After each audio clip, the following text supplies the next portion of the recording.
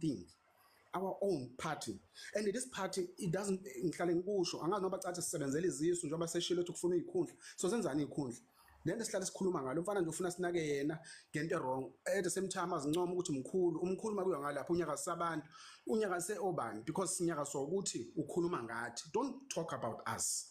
This party is for us, not for him. Yena his party is inkatha. He must talk about inkatha. He must campaign for inkatha. That's what he should do. Hayi indaba ukuthi akhulume ngabantu. So nje leyo nto le ngicasula kakhulu into engayifuni ukuthi abantu bamvumele umuntu noma wrong. Kukhona nje enye usisi lapha besinayo kulo live. Naye ngimbonela ukuthi hayi ukanye nami uyalwa naye ngambona ukuthi uyalwa ngathi yabonakelwa ngimsupport baze bam-attack lapha ngathi mina usanda ukum-attack uma ekhuluma eqiniso angazi ukuthi awusindi lo sisi ngoba elwa lento ukuthi ubaba ukhoma akaze akhulume ngomuntu ofana nalento ukuthi ubaba ukhoma ukhuluma ngaye mina bengingamazi ngimaze namhlanje kulabo live wakhe uzubona ukhoma ngiyamfollowa anginikazi ngibona ukhoma efakela umfana lo mfana nje ngiyaqala nje ukumbona namhlanje mina ngoba ngisho ngithi I was so upset usuku lami ulimoshile.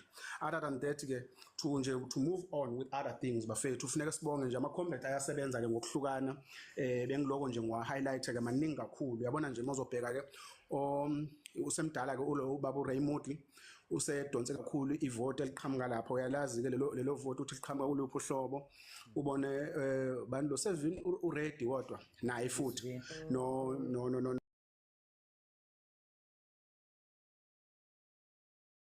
ningi oMaritzburg oLipompo ngiyababona live babo sorry ama-post wabo bayasebenza kakhulu okusho ukuthi siyakhula and because intention yethu ukuthi sikhule si-understand lento as much as Cape Town ngeka-understand ukuthi what we are doing but we want everybody to understand that what we are doing here because bakunqabalala you don't do it for us and us we don't do it for someone.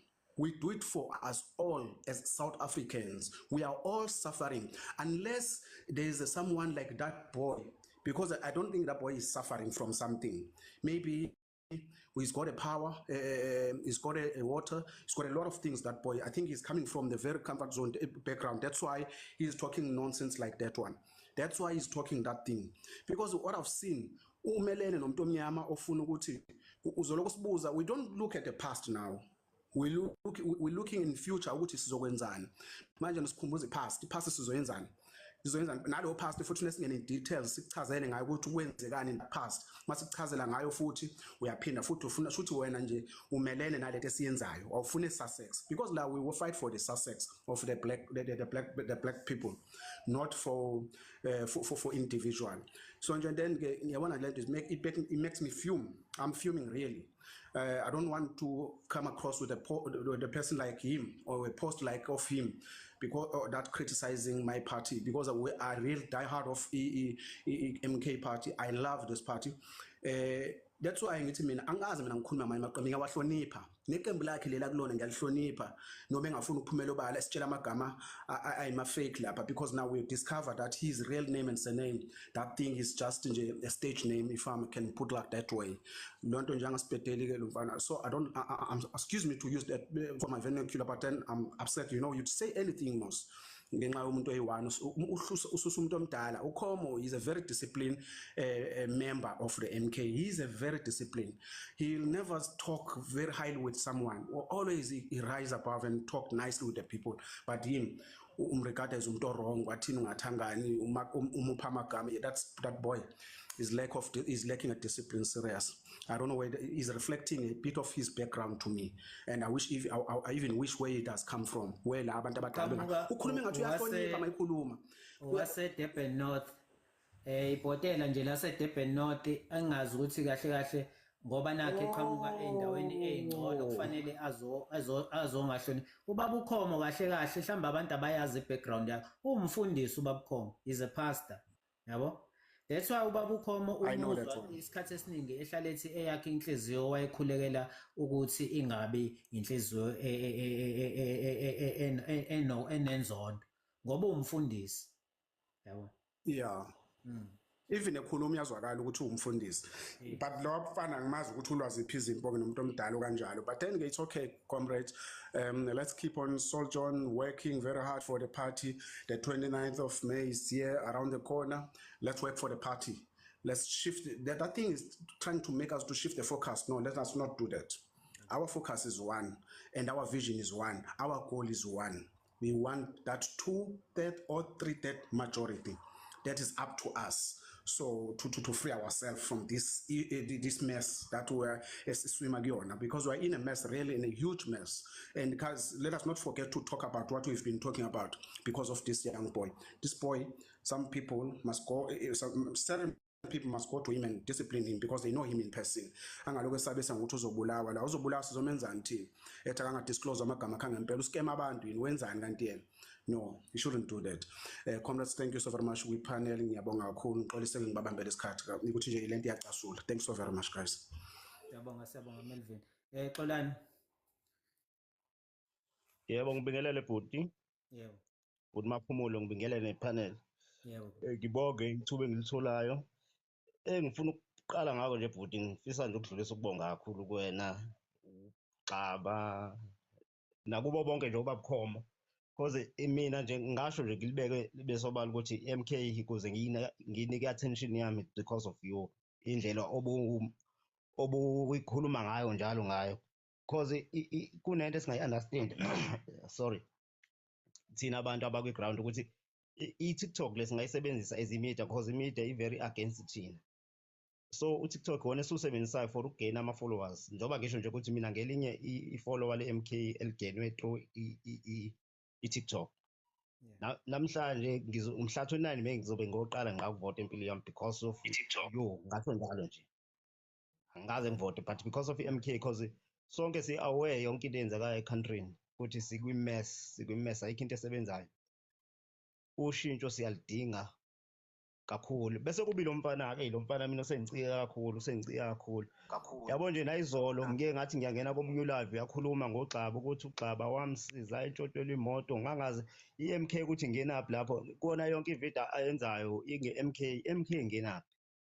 Uma uthi yamlandelela futhi umfana azikhulumayo unangakumalema awuma-understand ukuthi kahle kahle umephi umfana nje ozosimoshela into enhle kangaka kanti abantu abasha siyabadinga kakhulu ibona abayi-majority ibona abayi-future yale country. So maqhamuka umuntu omusha njengani umuntu ofundile njengabantu abaningi bane-mentality yokuthi umuntu ofundile uhlezi right. So makuzaqhamuka umuntu onjengaye ozibiza ukuthi ufundile but abe ne-mentality nje ewizambane elibolile ngempela ngiyafisa ngazi ukuthi thina as ama-members e-MK mayikhona indlela ukuthi lo mfana i-account yakhe i-block because iningi umthelela wenzayo ngalamavidiyo a-bad mkhulu kakhulu ngendlela esingeke size si-understand. So ngiyafisa nje ukuthi sihlangane kube ukuthi mekunevidiyo ethinta i-MK njengoba esho nje ubhuti uMelvin lapho ukuthi unesikhathi sokuphosta izithombe zikaZuma aphosta isithombe sababukhoma ungazi ukuthi yini ayifunayo.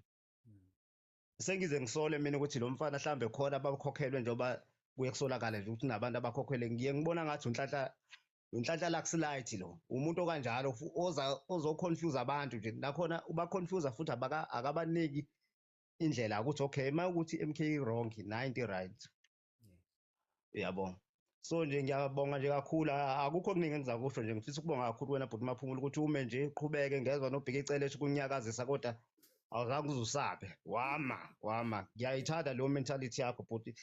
Ngiyabona ukuthi isine-direction ezabantu abasha because uma ngithi ngiyabheka abantu abaningi la abantu abasha ithini sisashintsha izwe lethu madoda. Ngiyabonga kakhulu nje bhuti ungahluleka ukumosha isikhathi baningi abalendile.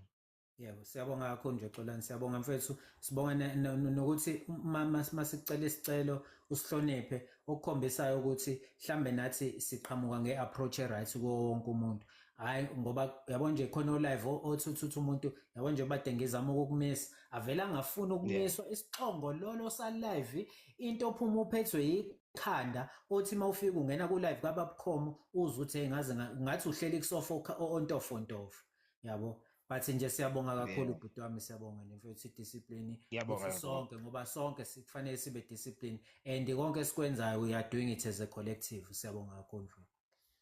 Thank you so much bhuti. Sithomo.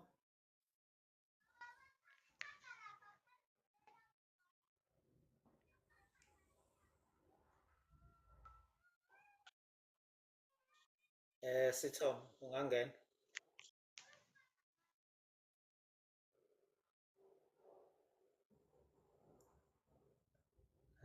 Usithomo imic yakho ngikuthumela ukuthi ingavuleka uma uyipress noma akasekho. Okay, Mike ngicela ungene. Sobe sibuyele kuSithombe.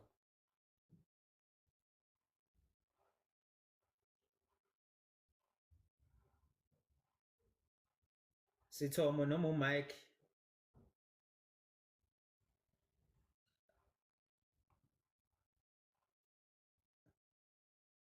Hayi labantu bobabili abangeni.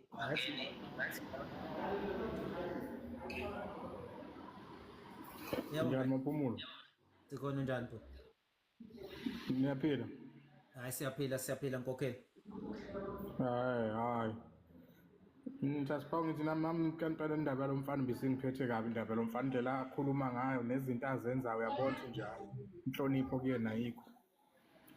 Into ayishoyo nje kodwa usemncane ngendlela enza ngayo uthunyiwe ngendlela enza ngayo. Ngabona ngisho silapha eThekwini umbone ebuye ekubona lapha ngibuza ukuthi lo muntu uyokwenzani ngale futhi.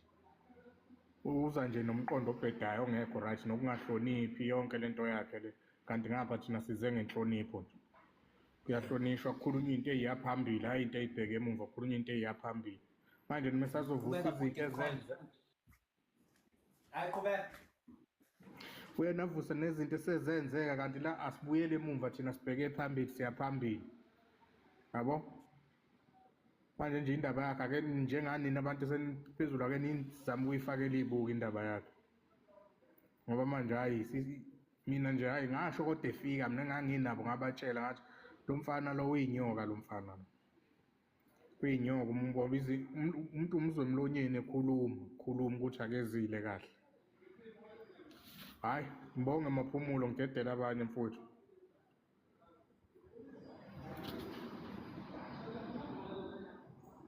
Maphumulo ngicela nje ukungena nje manje ngoba vele angihleli la ngikhona ngikwenye indawo ngizosibona ngekudala. Sanibona ngane zakwethu. No bafowethu uyazi ukuthi uMyeza I think mhlambe into emshaya kakhulu ushawe Babakhomo kancane nje kancane. Ngani zakwethu ubabakhomo ningixolele ungaze nithi awuxolana ngimjombisanga ngani but ubabakhomo ngiyamjombisa. I-reason ukuthi ngimjombisa ubabakhomo ingoba kahle le ndaba iphatha yena kakhulu so siyadinga ukuthi sizivuvo lakhe before siqhubeke. Ungaqhubeka baba. Okay ngiyabonga kakhulu Maphumulo.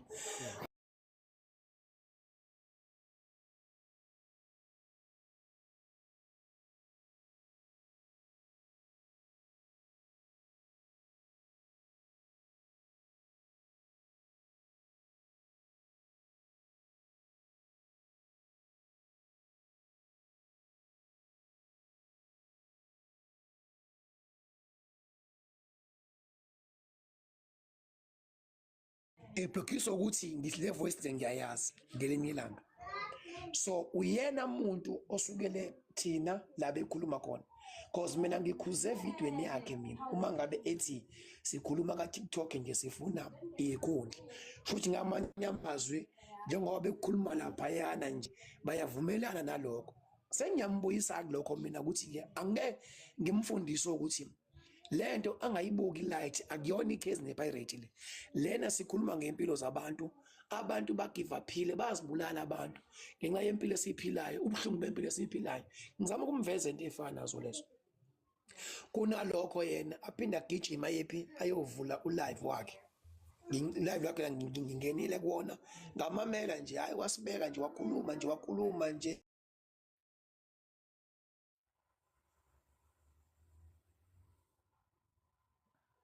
Ngani noma network. Hawu. Uba manje lo khona uthi ukhomo musu ukukhuluma umbhedo nca. Usekhona babukhomo?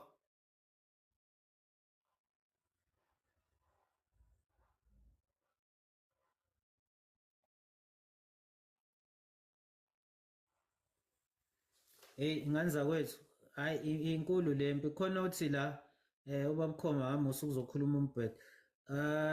Okay ngizobuye ngimfake ubabukhomo request beku Sithomo ukhona ngiphindele kuSithomo.